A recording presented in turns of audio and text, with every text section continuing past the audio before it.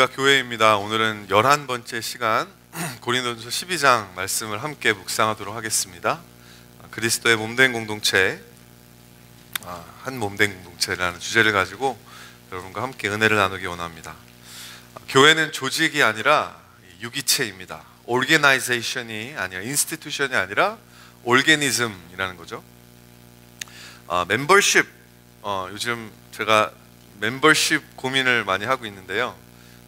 디즈니 플러스가 이제 출시가 돼가지고 이 멤버십을 할 건지 말 건지 많이 고민을 하는데 뭐 했는지 안 했는지는 개인적으로 알려드리도록 하겠습니다. 물어보시면 뭐 짐 멤버십, 굿라이프 멤버십 뭐 이런 것들 우리가 사실 어느 정도 대가를 지불하면 내가 지불한 대가에 대한 어느 정도 혜택을 받게 되는 이런 어떤 이 give and take 이런 어떤 회원권의 생각을 우리가 많이 하게 되죠.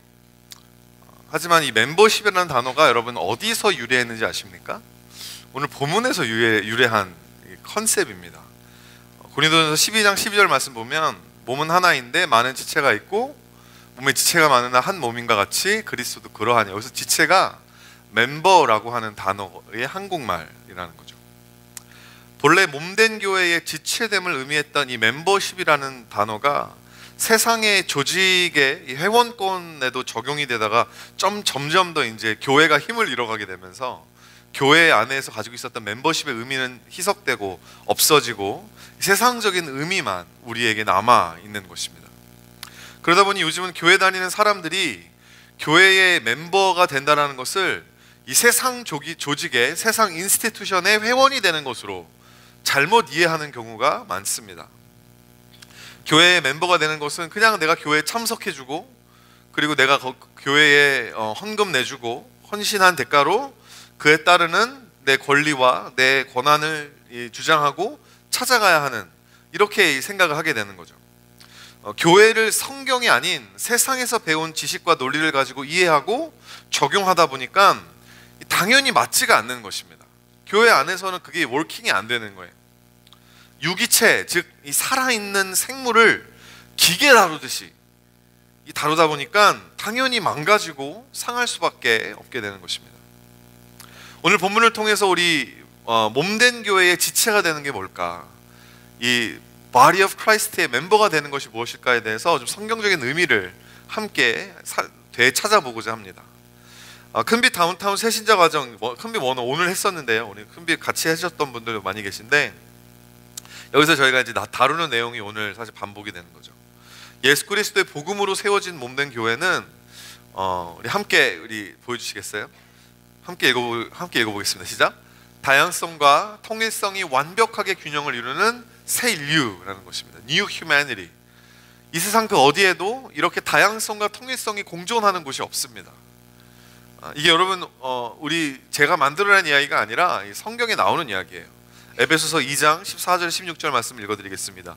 그는 우리 화평이신지라 둘로 하나를 만드사 원수된 것 곧 중간에 막힌 담을 자기 육체로 하시고 법조문으로 된 계명의 율법을 폐하셨으니 이는 둘로 자기 안에서 한 새 사람을 지어 화평하게 하시고, 이렇게 말씀이 나옵니다.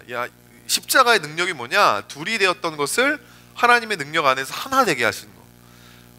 New Humanity, 새로운 인류를 하나님께서 복음으로 이 세상에 만들어내셨다는 것입니다. 다양성과 통일성은 이 반대되는 개념이죠. 다양성을 막 추구하다 보면, 모든 사람들이 의견을 다 듣다 보면은 여러분 이 사공이 많으면 배가 산으로 간다는 이야기가 있잖아요. 일이 안 되는 것입니다.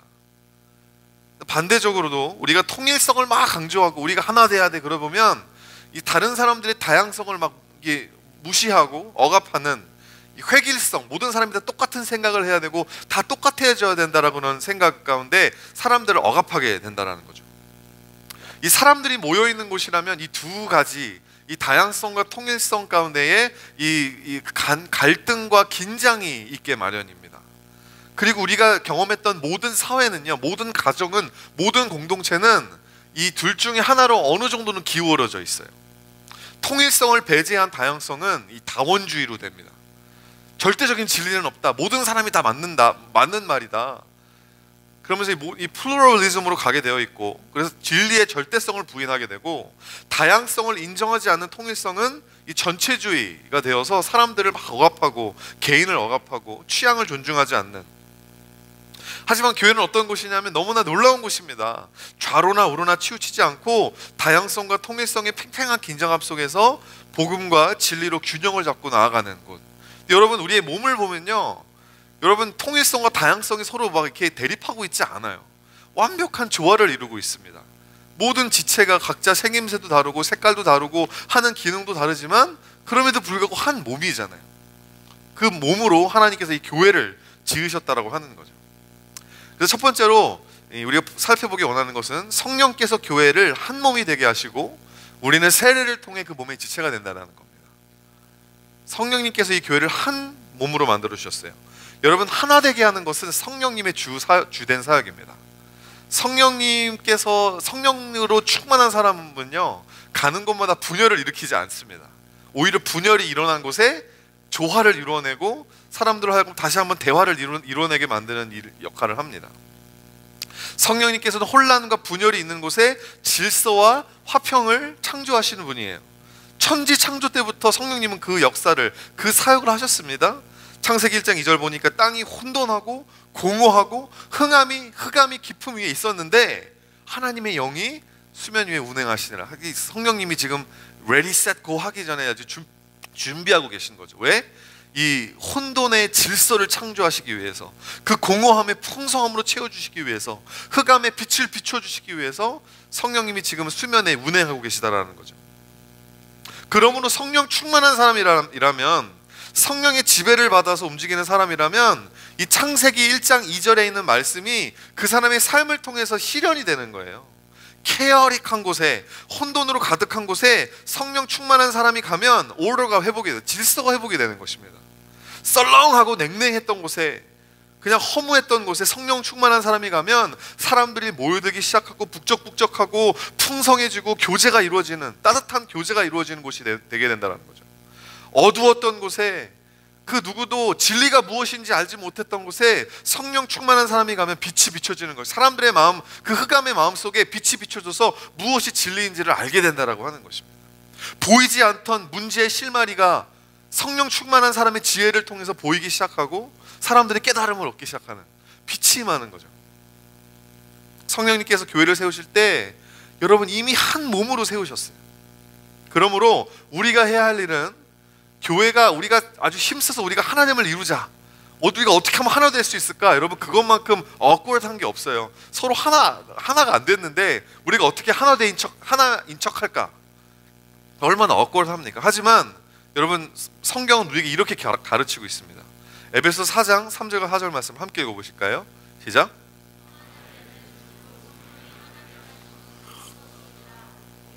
성령도 한 분이시니, 성령이 하나 되게 하셨어요. 이미 믿으십니까? 그것을 지키는 게 여러분 우리의 일이라는 것입니다. 몸의 지체로서 자신의 맡겨진 일에 충성을 다하고 머리의 지시에 순복하고 옆에 있는 지체와 아름다운 조화를 이루며 우리가 살아가는 것이 우리에게 주어진 사명이라는 거죠. 몸의 지체가 되었다면 여러분, 우리가 그 몸의 하나됨을 지키는 것은 사실 그렇게 어려운 게 아니고 사실은 자연스러운 것입니다. 여러분, 몸에 있는 지체들이 서로 이렇게 조화를 이루지 않으면 정상적으로 움직일 수가 없어요. 여러분, 이게 막 직립보행을 하는 것도 이 몸이 조화가 이루어지지 않고 한 몸에 이 각 지체가 오른발, 왼발, 무릎, 관절, 이 모든 것이 이 하나가 되어서 움직이지 않으면 우리 걸을 수도 없는 거예요. 우리 밥을 먹어도 소화를 못 시키는 겁니다. 위에서는 막 꾸역꾸역 먹는데 밑에서는 소화가 안 되고 그러면 안에 중간에 막 문제가 일어나는 거잖아요. 잠에 들었다가 깰 수도 없는 거고, 들숨날숨도 이런 몸에 산소가 공급되고 이산화탄소를 내뿜는, 이것도 여러분 우리 몸에 이게 질서가 맞지 않으면 할 수 없다라는 거죠. 이 조직과 유기체의 차이가 뭘까요? Organization, Institution과 Organism의 차이가 뭘까? 이 가장 결정적인 차이는 이 세상의 조직에서는, 인스티튜션에서는 멤버들 사이에 연결됨이 없는 것입니다. 지체들 사이가 그냥 서로 따로따로 그냥 부품들이에요. 부품들. 지체가 아니라 부품이라는 거죠. 주어진 일을 하고 그냥 내 대가만 받아가면 되는 거예요. 하지만 몸된 교회의 모든 지체들은 머리를 통해, 머리 대신 예수님을 통해 모두가 다 연결이 되어져 있습니다. 오늘 본문에서는 이걸 이렇게 설명하고 있어요. 26절 보니까 만일 한 지체가 고통을 받으면 모든 지체가 함께 고통을 받고 한 지체가 영광을 얻으면 모든 지체가 함께 즐거워하느니라. 여러분, 그런 하나됨이 여러분 우리 교회 안에 있게 되기를 주의 이름으로 축원드립니다. 그렇기 때문에 교회는 그 어느 누구도 이기적으로 생각하고 행동할 수 없어요. 그게 왜냐하면 그렇게 행동하는 이유는 뭐냐면 지체가 아니기 때문에 그러는 것입니다. 아무리 나에게 유익이 되는 것이라고 해도 만약에 나에게 유익이 되는 것이 다른 지체가 해가 되는 것이라면 그것이 결과적으로는 몸 전체를 해롭게 하는 거고 그것이 나중에는 나에게 해가 되어서 돌아온다는 것을 직감적으로 아는 겁니다. 왜? 한 몸이기 때문에. 이걸 뭐라 그러죠? 지체의식이라 그러죠. 이게 멤버십인 거예요. 한 지체가 고통을 받으면 모두가 고통을 받는 것입니다. 저 사람이 마음이 아프면 저건 저 사람의 일이야가 아니에요. 한 몸이니까. 여러분, 오른손이 다치면 왼손이 같이 힘든 거예요. 같이 고통을 느끼고 그 아픔을 나누어지는 것입니다. 한 지체가 영광을 받으면 같이 함께 기뻐하는 거, 같이 즐거워하는 거. 애써서 억지로 그런 분위기를 막 만들어내는 게 여러분 우리의 목적이 아니라 성령님이 이미 교회를 그렇게 우리가 정말 교회라면, 우리가 정말 예수님을 구주라고 인정하는 성령으로 지어진 교회라면 우리 안에 이미 그것이 이루어졌다라고 하는 거죠. 그러면 그 지체들로서 이 하나됨을 지키기만 하면 되는 것입니다. 그럼 이 몸된 교회의 지체가 되는 방법이 뭐냐? 오늘 보면 13절에서 이렇게 우리에게 가르칩니다. 함께 읽어보겠습니다. 시작. 우리가 유대인이나 헬라인이나 종이나 자유인이나 다 한 성령으로 세례를 받아 한 몸이 되었고 또 자 한 성령을 마시게 하셨느니라. 한 성령으로 세례를 받아서 한 몸이 되었다. 너무 클리어하지 않아요? 성령으로 우리가 성령 안에서 세례를 받아가지고 예수 그리스도를 구주라고 시인하면 여러분 그것이 그냥 내 영혼만 구원하는 것이 아니라 그것으로 말미암아 우리가 교회가 된다는 것입니다. 한 몸이 된다는 거예요. 몸된 교회의 지체냐 아니냐는 세례를 받았느냐 받지 않았느냐의 차이에 있습니다. 요즘 이 세례 입교 신청 받아서 하는 이야기가 아니에요. 제가 그거 신청 꼭 해가지고 받으라는, 물론 그게 중요하지만 제가 하는 이야기는 세례를 받았고 입교를 했지만 안 받은 것처럼 사는 이 사람들이 너무 많아요. 교회 안에. 여러분, 세례의 본질이 뭡니까? 랩타이즈 된다는 게 무슨 뜻이에요? 예수와 함께 죽는다라는 거예요. 나의 필요를 주장하는 게 아니라 나의 필요에 대해서 죽는 게 세례받은 사람의 특징이라는 것입니다. 갈라디아서 2장 20절 말씀, 내가 그리스도와 함께 십자가에 못 박혔나니 그런즉 이제는 내가 사는 게 아니요 오직 내 안에 그리스도께서 사시는 것이라. 이제 내가 육체 가운데 사는 것은 나를 사랑하사 나를 위하여 자기 자신을 버리신 하나님의 아들을 믿는 믿음 안에서 사는 것이라. 세례 받았다면 여러분 이 고백이 있는 거예요. 난 죽었다. 내 필요에 대해서, 내가 가지고 있는 어떤 이슈에 대해서, 그것을 위해서 내가 나를 기뻐하기 위해서 신앙생활하는 게 아니라 이제 내가 하나님을 기쁘시게 하기 위해서 나로 이제 이 지체가 되게 하신 이 큰 그 교회를 섬기기 위해서 이제는 사는 것입니다. 믿음으로 산다라고 하는 거죠. 로마서 6장에서도 우리 세례에 대해서 가르치고 있는데 로마서 6장 4절과 5절 말씀 함께 읽어보겠습니다. 시작.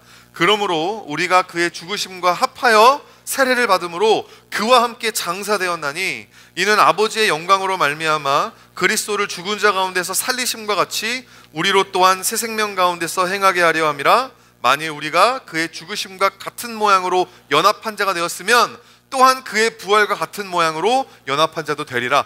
예수님이 십자가에 못 박아 돌아가셨는데 세례는 뭐냐면 같은 모양으로 예수님과 같이 십자가 못 박히는 거예요. 그러면 똑같은 모양으로 내가 예수님과 죽었기 때문에 예수님과 똑같은 모양으로 부활할 거라는 거죠. 그것에 대한 믿음의 고백으로 우리가 세례를 받는 것입니다. 그 세례식을 했냐 안 했느냐도 중요해요. 여러분 세례 받으십시오. 입교하십시오. 하지만 정말 중요한 건 뭐냐면 세례 받은 사람처럼 여러분 세례를 받았기 때문에 몸된 교회의 지체라는 것입니다. 더 이상 나 스스로만을 위해서 사는 게 아니에요. 지체 의식을 가지게 될 수밖에 없다라고 하는 거죠. 이것이 한 몸 된 공동체의 지체됨의 본질이라는 겁니다. 나를 기쁘게 하기 위함이 아니라 하나님을 기쁘시게 하기 위해, 나를 유익하게 하기 위함이 아니라 온 몸의 유익을 위해서 살겠다라는 것이 바로 조직의 멤버가 되는 것과 유기체의 지체가 되는 것이, 유기체의 멤버가 되는 것의 근본적인 차이점이라는 것입니다.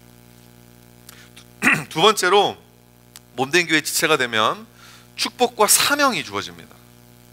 몸된 교회의 지체가 되면 축복과 사명이 주어집니다. 어떤 축복이 주어질까? 이 올바른 소속감과 자존감이 생기는 거예요. 여러분, 어딘가에 내가 소속되기 원하고, 그리고 내가 소속된 사람과 내가 가지는 그 어떤 관계를 통해서 내 정체성이, 나의 자존감이 높아지고 온전해지는 것은, 여러분, 이거 자연스러운 욕구, 누구나 가지고 있는 욕구입니다.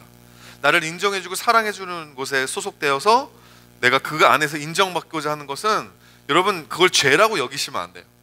그런 마음이 내 안에 있다라는 것, 그런 외로움이 내 안에 자리 잡고 있다라는 것은 우리가 하나님의 형상대로 지음받았다라고 하는 것을 반증해 주는 것밖에 안 되고요. 우리는 항상 이 타자와의, 다른 사람들과의 의미 있는 연결을 통해 내 가치가 인정을 받을 수밖에 없거든요. 우리가 그런 존재거든요. 여러분, 요즘 아주 핫한 드라마가 있죠. 제가 무슨 말 할 건지 아실 것 같아요. 동백골 핀 무렵이라고 하는, 아주 너무 제가 재밌게 보고 있는, 그랬쇼 저랬쇼 이러면서 막 제 드라마가 있어요. 제가 시놉시스를 읽어드리겠습니다. 안 보시는 분들을 위해서. 편견에 갇힌 여자가 절을 가든 가타부타를 깨다 못해 박살내는 이야기, 그리고 그 혁명의 불을 지핀 기적 같은 한 남자의 이야기, 분명 뜨끈한 사랑 이야기인데 맨날 사랑만 하지는 않는 이야기, 진짜 사람들의 진짜 이야기, 어센틱한, 정말 이 드라마를 보면 이게 로맨틱 코미디 같으면서도 이게 갑자기 막 수사 스릴러였다가도 갑자기 휴먼 드라마로 바뀌고, 이게 이 장르를 종잡을 수 없는 드라마거든요. 근데 정말 이 드라마가 너무나 저는 장점이라고 여겨지는 게 뭐냐면, 이 심금을 울리는 대사들입니다. 이 대사가 너무너무 주옥 같은 대사가 너무 많은데, 제가 그래서 오늘 설교를 위해서, 조금 오글거릴 수 있지만 설교를 위해서 제가 두 개만 가지고 왔어요. 조금, 첫 번째 뭐냐면, 이쪽부터, 제가 읽기가 좀, 여러분 잘 흐려가지고 안 보이실까봐 제가 읽어드리는 거예요. 이게 소속감에 대한 거거든요. 소속감에 대한 건데, 이 동백 씨가 이렇게 이야기하는 거예요. 사람이 그리웠나 봐요. 관심받고 걱정받고 싶었나 봐요. 내 걱정해주는 사람 하나가 막 내 세상을 바꿔요. 이거 연기가 안 되네요. 예. 그거 울면서 막 이렇게 해야 되는 건데, 내 걱정해주는 사람이 내 세상을 바꿔요. 여러분, 얼마나 아름다운 대사입니까? 여러분, 이게 소속감이거든요. 우리가 어디에 소속이 되면, 그래서 정말 누군가의 의미 있는 관계를 가지게 되면 우리 안에, 여러분, 이렇게 행복이 찾아오게 된다는 것입니다. 두 번째 대사, 이 소속감에서 나오는 자존감이에요. 이것도 되게 손발이 오그렇습니다. 나는 걸을 때 땅만 보고 걷는 사람인데, 이 사람이 자꾸 나를 고개 들게 하니까, 여러분, 얼마나 멋있는, 여러분, 이게 사랑 아닙니까? 자존감이 낮아서 맨날 땅만 보고 사는 사람이 이 남자를 만나고, 정말 이 친구를 만나서 자존감이 높아지니까 갑자기 하늘을 보게 되고, 멀리 바라보게 되고, 눈을 들게 되는, 고개를 들게 하는, 여러분, 이게 사랑의 힘이라고 하는 거죠. 왜 사람들이, 여러분, 우리가, 저도 포함해서 이 사람들이 왜 이 드라마에 열광하고 이 공감을 할까? 우리 안에 나를 사랑해주고 관심을 가져주고 걱정해주는 공동체에 소속되고자 하는 깊은 열망이, 여러분, 자극이 되는 거예요. 나도 저걸 필요로 하는데, 그러니까 같이 우는 거예요. 그러니까 같이 막 눈물이 나는 거예요. 공감이 되는 거예요. 왜? 저 드라마 안에서 나오는 인물의 필요가 내 필요이기 때문에.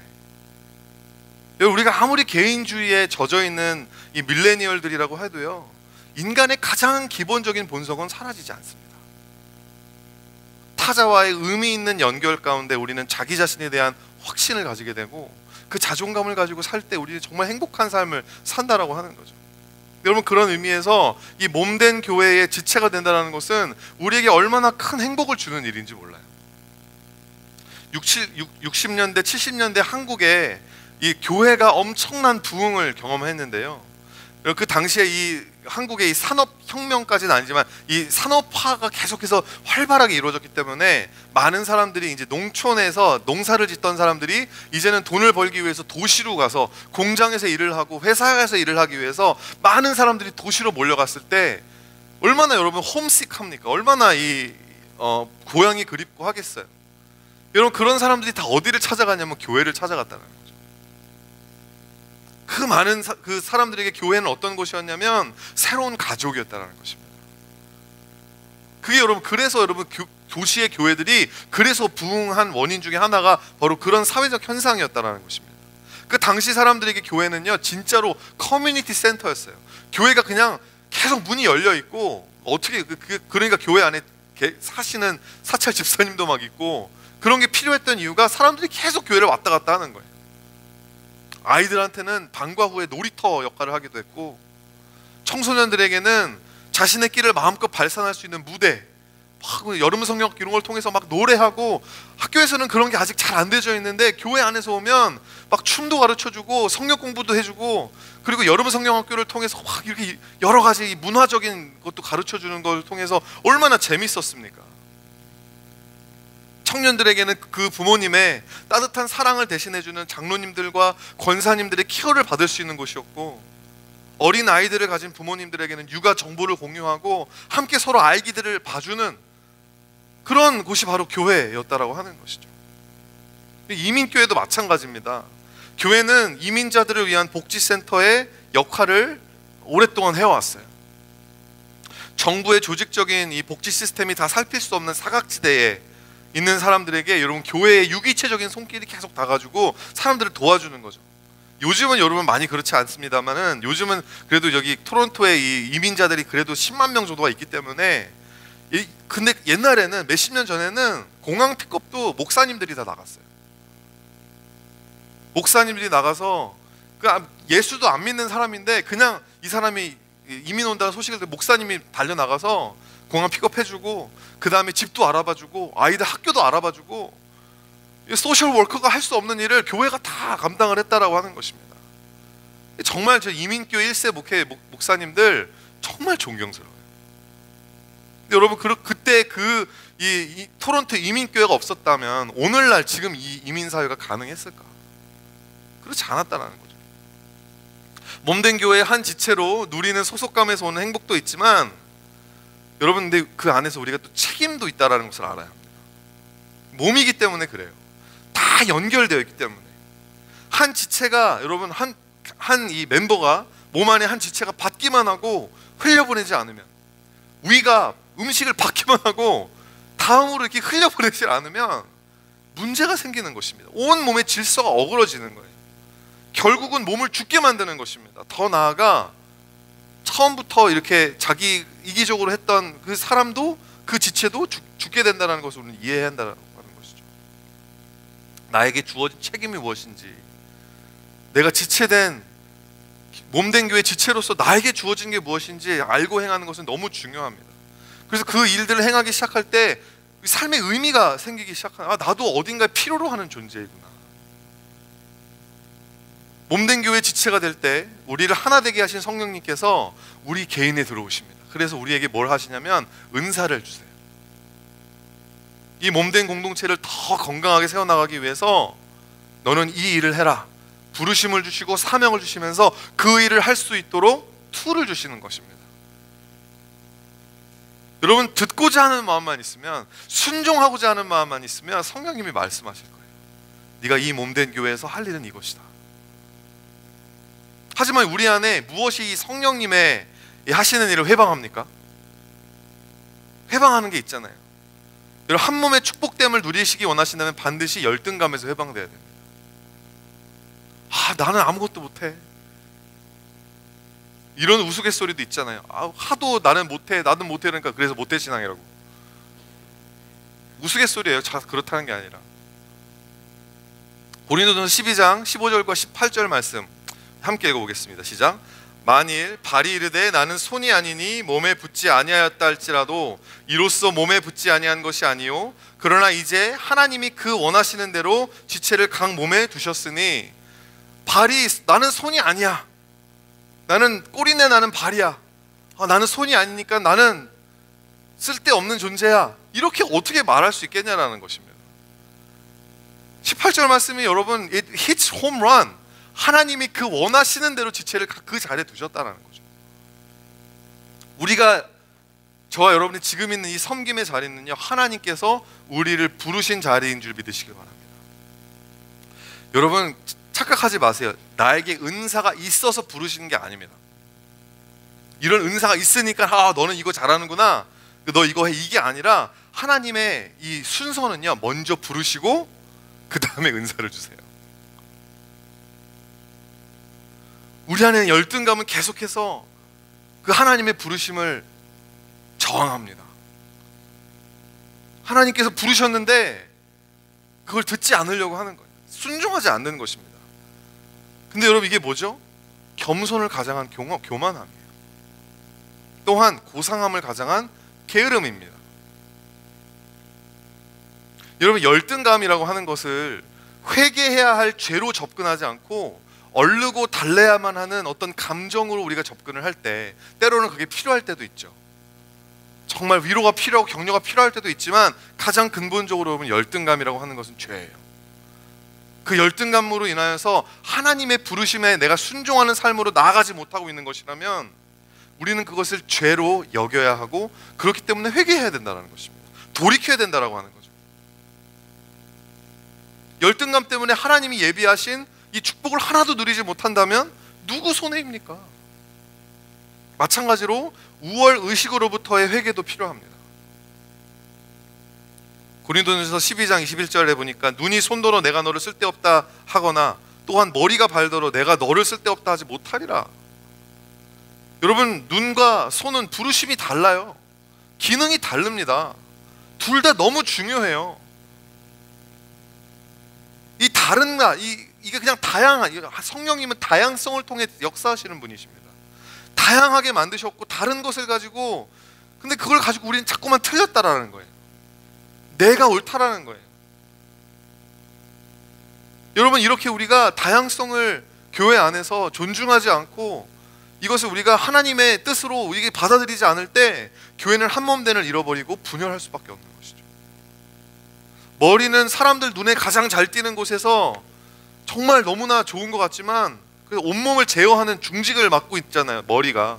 그렇다고 사람들 눈에 가장 띄지 않는 어둡고 습기 찬 곳에서 굳은 일을 도맡아 하는 발에게 너는 쓸데없다, 이렇게 이야기해서 살 수 없다라는 것입니다. 사랑하는 성도 여러분, 열등감과 우월감은 동전의 양면입니다. 이게 다른 게 아니에요. 똑같은 거예요.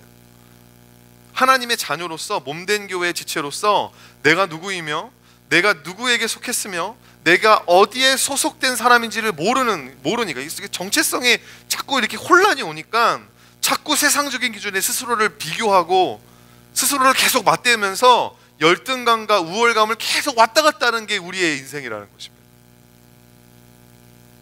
자꾸만 나보다 더 잘난 사람 앞에서는 열등감, 나보다 못해 보이는 사람들, 그 세상적인 기준을, 우월감을 가지고, 사실 똑같은 거라는 거죠. 여러분, 예수님이 가늠하다 잡혀온 여인에게 이렇게 말씀하시잖아요. 요한복음 8장 11절에 나도 너를 정죄하지 아니야. 이게 무슨 뜻입니까? 그래, 네가 죄가 있어. 네가 죄를 지었지만, 네가 연약하지만 나는 그래도 너를 내 것이라고 부를 거야.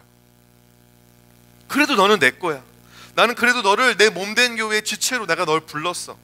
교회 안에서, 이 세상 속에서 성령의 그 은사를 가지고 내가 해야 할 일이 있어. 나도 너를 정죄하지 아니하노니. 여러분, 이 말씀을 정말 믿으신다면 사도 바울의 마음을 본받으셔야 해요. 사도 바울은 뭐라고 이야기했냐면, 고린도전서 4장 3절에 나도 나를 판단하지 않냐. 예수님이 나도 너를 정죄하지 않으냐노니라고 말씀하셨기 때문에 우리는 우리 스스로에 대해서 나도 나를 판단하지 않는다. 몸된 교회의 지체가 됨을 통해 복음 안에서 올바른 소속감과 자존감을 가지게 되는 여러분이 되시기를 주의 이름으로 축원드립니다.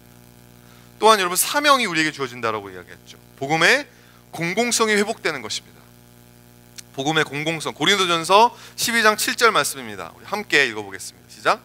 각 사람에게 성령을 나타내심은 유익하게 하려 하심이라. 여기서 유익하다라는 말이요, 영어로 보니까 common good, 공공의 유익을 이야기하는 거예요. 복음은 교회 다니는 사람들에게만 진리입니까? 예수 그리스도가 이 온 우주의 만물의 주인이시라는 것이, 창조주시라는 것이 우리에게만 적용되는 진리인 것입니까? 만약에 그것이 우리에게만 상대적으로 적용되는 진리라면 진리가 아니죠. 여러분, 복음은 우리뿐만이 아니라 모든 사람들, 예수님을 믿던 믿지 않던, 교회를 다니던 다니지 않던 모든 사람에게 똑같이 적용되는 공적인 진리입니다. Public truth라는 거예요. 그런데 우리가 살고 있는 토론토는 어떤 곳입니까? 이 진리에 대해서 아무도 신경을 쓰지 않아요. 진리에 대해서 사람들의 마음의 문이 모두가 다 굳게 닫혀져 있는 곳이 여러분 바로 토론토입니다. 우리가 이렇게 같이 모여서, 우리 같이 기독교인들이 모여서 예배 드리고 하니까 그냥 우리끼리는 그냥 예수님은 왕이십니다 하는 거죠. 여러분, 이 문 밖으로만 나가보세요. 밖으로만 나가서 지나가는 사람 붙잡고 예수 지저스 스크링 해보세요. 미친 사람 취급받습니다. 복음이야말로 그 어떤 드라마나 그 테드 강연 이런 것들보다 인간의 본질적인 문제에 대한 진단과 그것에 대한 대안을 가장 정확하게 제시해 줄 수 있는 것임에도 불구하고, 이 사람들은, 복음을 알지 못하는 사람들은 이 마음의 눈이 어두워지고 진리를 봐도 깨닫지 못하는 거예요. 그래서 성령님께서 우리를 부르시는 것입니다. 그래서 성령님께서 우리에게 은사를 주신 것입니다. 그래서 성령님께서 우리에게 컬링을 주신 거예요. 복음의 능력으로 사는 그리스도인의 삶을 통해, 예수 그리스도의 제자가 이 세상에서 하는 일을 통해 하나님은 이 세상 모든 사람들에게 유익이 되는 일을 하기 원하신다는 거죠. 성령이 나타난 것은 커먼 굿을 위해서다. 퍼블릭 굿을 위해서다. 여러분, 복음이 의학에 적용될 때 어떤 일이 일어나게 될까요? 복음이 방송과 언론에 적용될 때, 복음이 사업과 기업에 적용될 때, 복음이 사회복지와 교육에 적용이 될 때, 복음이 금융과 투자에 적용이 될 때, 복음이 예술과 문학에 적용이 될 때, 그것이 어떻게 사회를 유익하게 만드는지 하나님께서 여러분의 인생을 통해 사람들에게 보이기를 원하신다는 거예요. 그게 복음의 공공성의 회복입니다. 교회 안에서 우리끼리 예수님은 세상의 빛이십니다 외쳐봤자 Nobody cares. Nobody cares. 그들은 그 빛을 보지 못해요. 하지만 그들은 여러분의 삶을 보는 거예요. 여러분이 하는 말을 듣는 것입니다. 우리가 비추어내는 복음의 빛이, 그 빛 때문에 사람들이 예수님은 왕이시구나. 여러분, 우리가 이번에 이 굿라이프 나누기 운동을 하는데 우리가 목장끼리 이걸 모여서 이걸 하잖아요. 근데 이거는 여러분 실전이 아니에요. 연습이에요. 그냥 이퀴핑 하기 위해서 여러분들이 이 교회 안에서만, 교회 안에 있는 액티비티로 이걸 하려고 하는 게 아니에요. 그거는 선교적인 삶에 지극히 1%도 안 되는 부분입니다. 여러분, 저는 여러분에게 이렇게 도전하고 싶어요. 올해는 이렇게 한번 해보시고, 내년에도 연습비도 필요하면 연습해보시고, 궁극적으로는 여러분의 회사 사람들과 이 일을 해보시길 바랍니다. 여러분들이 같이 공부하는 클래스메이트들과 이렇게 함께 나누는 운동을 해보시라는 거예요. 예수 믿지 않는 학교 친구들을 도전해서 우리 크리스마스에 정말 이 의미를 알기 위해서, 그 깨닫기 위해서 우리가 정말 가난한 사람들 이번에 도와주자. 여러분, 올해는 교회 예산으로 서포트를 받지만 내년에는 예수 믿지 않는 사람들 이 일에 동참시켰으면 좋겠습니다. 그러다가 기회가 생기면, 그러다 그들의 마음의 문이 열린 것이 보여지면 복음을 전하는 거예요. 우리가 왜 이렇게 사는지, 우리가 왜 이렇게 우리 스스로의 유익을 구하지 않고 이 세상의 유익을 구하고 토론토가 더 좋은, 더 안전한 곳이 되기 위해서 우리가 왜 이 일을 하고 있는지를, 기회가 분명히 성령님 기회 주시거든요. 그때 나누는 거예요. 마태복음 5장 16절 말씀, 이같이 너희 빛이 세상 사람들 앞에 비치게 하여 그들이 너희 착한 행실을 보고 하늘에 계신 너희 아버지께 영광을 돌리게 하라. This is what Jesus is talking about here. 마지막 세 번째로 몸된 교회는 하나님의 아름다우심을 드러내요. 하나님의 아름다우심. 여러분, 교회가 교회다울 때 하나님의 아름다우심 두 가지를 드러내게 되는데, 첫 번째로 삼위일체의 영광이에요. 하나님의 영광, 그것은 삼위일체 영광입니다. 삼위일체는 100% 다양성과 100% 통일성이 그 완벽한 조화를 이루는 완전체잖아요. 성부, 성자, 성령, 이 세 위격이 각자 따로 존재하지만, 그렇다고 하나님이 세 분이 계신 게 아니라 이 세 위격의 그 사이의 상호 신뢰, 상호 침투, 상호 복종, 상호 섬김을 통해 온전한 하나됨이 그 하나님 안에 있다라는 거죠. 여러분, 그래서 우리는 하느님이라는 표현보다는 하나님이라는 표현을 쓰는 거예요. 하느님도 맞는 얘기거든요. 하늘에 계신 분이시. 근데 땅에도 계시고 땅 밑에도 계시고 우주 만물에 계신 분이 하나님인데, 그래서 우리 왜 하나님입니까? 이 세상에 하나님 외에는 다른 하나님이 없어요. 유일한 하나님이시기 때문에 하나님인 거고요. 세 위격이 하나 된 하나님이기 때문에 하나님인 것입니다. 이 하나님의 형상대로 남자와 여자를 지으셨어요. 그 남자 여자가 한 몸이 되죠. 그리고 그 가정이 확대가 되어서 몸된 교회가 되는 것입니다. 각자 서로 다른 얼굴 생김새도 다르고 개성도 다르고 취향도 다르고 다 다른 사람들이, 은사가 다른 사람들이 모여 있지만 서로 막 이렇게 싸우고 분열하는 것이 아니라 삼위일체 하나님 안에 있는 그 질서와 사랑과 상호 존중과 상호 침투와 상호 신뢰와 상호 보존을 통해 이 교회가 하나 되는 것, 그 자체가 뭐예요? 하나님의 하나님 되심을 세상에 들춰내는 거죠. 세상 사람들은 조금만 자기가 좀 의견이 안 맞아도 그렇게 그냥 서로 물어뜯고 싸우는데, 교회에만 가면 저렇게 이 의견이 다른데도 불구하고 서로 저렇게 같이 사는구나, 같이 밥 먹는구나, 같이 대화하는구나, 서로 존중하는구나. 저게 하나님의 나라의 모습이구나.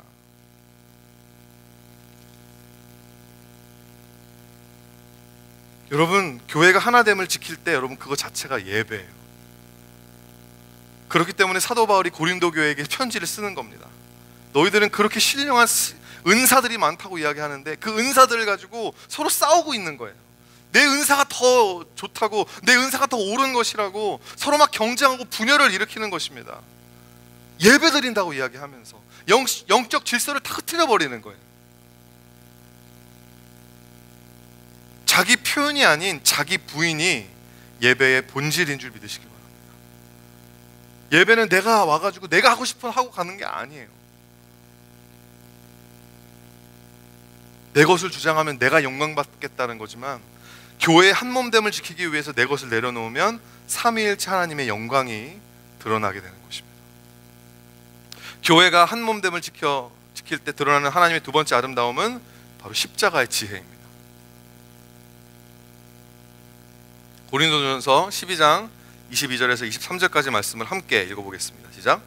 그뿐 아니라 더 약하게 보이는 몸의 지체가 도리어 요긴하고 우리가 몸에 덜 귀히 여기는 그것들을 더욱 귀한 것들로 입혀주며 우리의 아름답지 못한 지체는 더욱 아름다운 것을 얻느니라. 아멘. 더 약해 보이는, 여러분 조직에서는 약하면 낙오와 교체의 대상이 되죠. 저 부품은 좀 망가진 것 같은데 빼고 그냥 바꿔버려. 기계는 그렇게 다루면 돼요. 하지만 유기체는 그렇지 않습니다. 약하면 더 관심을 가지는 거예요. 더 보호하는 거예요. 더 상황이 악화되지 않을 수 있도록 도와줘야 된다는 것입니다. 그래서 사도 바울은 몸에서 약한 지체가 오히려 더 요긴하다. 요긴하다는 말이 중요하다라는 거예요. 그냥 중요한 게 아니라 다른 것으로 교체할 수가 없다라는 거예요. 영어로는 indispensable이라는 단어가 사용됩니다. 약하면 필요 없는 게 아니라 오히려 가장 중요하다라는 거예요. 여러분, 무병장수라는 말은 틀린 말인 거 아시죠? 무병장수가 아니라 잔병장수입니다. 일평생 감기 한 번 안 걸린 사람은 자기가 천년만년 살 줄 알아요. 무병하니까, 병이 없으니까 내가 자기가 천년만년 살 줄 알고 방심하다가 한 방에 갈 수 있는데, 매 환절기마다, 지금 환절기잖아요, 감기에 골골대고 플루에 골골대는 사람은 오히려 자기 관리를 겸손하니까 조금만 어려워도 쪼르르 병원 가가지고 나 검사해 주세요. 겸손한 거잖아요. 쪼르르 달려가가지고 나 여기 아파 저기 아파, 맨날 아프니까.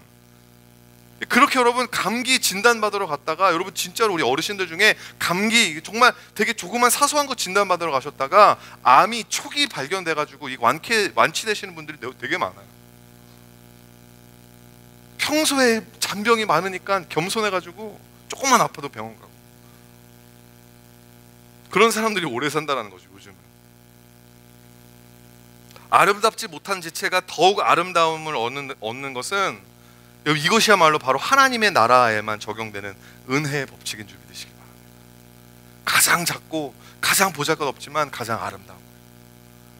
그 가장 작은 연약한 사람을 통해서 교회 전체가 더욱더 아름다운 것으로 입느니라. 아버지의 재산을 탕진하고 돌아온 둘째 아들에게 제일 좋은 옷을 꺼내다가 입히고 손에 가락지를 끼우고 발에 신을 신겨라. 여러분, 이것이 하나님께서 자신의 부요함을 우리와 같은 죄인들에게 아낌없이 다 탕진해버리신 하나님의 그 아름다운 사랑인 것입니다. 사람의 지혜보다 더 어리석은 하나님의 그 아름다운 어리석음, 이게 바로 십자가의 지혜라는 거죠. 고린도서 1장 23절 24절 말씀 보니까, 우리는 십자가에 못 박힌 그리스도를 전하니 유대인에게는 거리끼는 것이요 이방인에게는 미련한 것이로되 오직 부르심을 받은 자들에게는 유대인이나 헬라인이나 그리스도는 하나님의 능력이요 하나님의 지혜입니다. 사랑하는 성도 여러분, 이 삼위일체 영광과 이 십자가의 지혜가 여러분 아름답게 느껴지십니까? 바라볼 때 와, 정말 하나님 너무 아름답다. 십자가를 바라보면서 와, 정말 십자가가 너무너무 아름답다. 여러분, 교회의 한몸됨을 힘써 지키는 자리에서 우리가 인내하고 버틸 수 있는 이유는, 그것이 그냥 우리에게 주는 혜택에만 있을 때는 여러분 오래가지 못해요. 왜냐하면 힘들거든요. 내가 이렇게 참 열심히 섬기면, 내가 열심히 한몸됨을 지키면 하나님이 나를 큰 상급을 주겠지, 나를 진급시켜 주시겠지, 좋은 사람이랑 결혼도 시켜 주시겠지, 내 삶에 행복을 막 주시겠지. 근데 그렇지가 않아요. 우리가 막 혜택만 바라보고 어떤 베네핏을 위해서 이 일을 할 수 없습니다. 그렇다고 우리가 이거 막 교회의 한몸됨을 지키지 않으면 막 잘릴 것 같으니까, 막 두려움에 하나님이 나를 벌 주실 것 같으니까 그렇게 벌벌 떠는 마음에서 이걸 지키는 것도 오래가지 못합니다. 교회 한몸됨을 통해 드러나는 하나님의 아름다우심이 그냥 좋아야 되는 거예요. 그게 너무 그냥 It's so attractive to me. 그냥 나는 그걸 너무 원하는 거예요. 마치 아름다운 자연 광경 앞에서 압도되어가지고 사로잡혀 있는 것처럼. 그 아름다운 정말 웅장한 광경 앞에서 막 사진 찍고 가기가 너무 아깝잖아요. 그 앞에서 몇 시간이고 그냥 너무 멍 때리고 보고 있는 거죠. 그거 보고 있다고 누가 돈 주는 것도 아니고, 그거 안 본다고 누가 쫓아오는 것도 아닌데, 그냥 너무 아름다우니까 응시하게 되는 것입니다. 여러분, 무엇을 아름답다고 느끼는 것은 배워서 터득할 수 있는 스킬이 아니에요. 아무리 훈련한다고 해도 아름답지 않던 것이 아름답게 보여지지 않습니다. 무엇이 아름다워 보여지기 위해서는, 여러분, 이 하나님의 영광이 아름다워 보여지기 위해서는 거듭나야 돼요. 훈련으로 되는 게 아니에요. 거듭나야 돼요. 요한복음 3장 3절에 사람이 거듭나지 아니하면 하나님의 나라의 아름다우심을 볼 수 없어요. 하나님의 나라는 정말 너무 좋은 것이구나. 여러분, 우리가 세상적인 것에 계속 차여 있으면 저거 내가 손해보는 건 싫어. 십자가는 저거 내가 너무 힘든 거야. 나 죽기 싫어. 나는 살 거야. 그런 생각이라면 여러분, 교회 안에 한몸됨으로 막 지체됨을 위해서 서로를 섬기고 내가 내려놓고, 이게 여러분 nothing will make sense to you unless you are born again. 여러분이 성령으로 나지 않으면 이 모든 것이 여러분에게 아름다운 것일 리가 없다. 말씀을 정리합니다. 연약함 속에서도 교회의 한몸됨을 지켜나감으로 하나님의 아름다우심을 누리는 우리가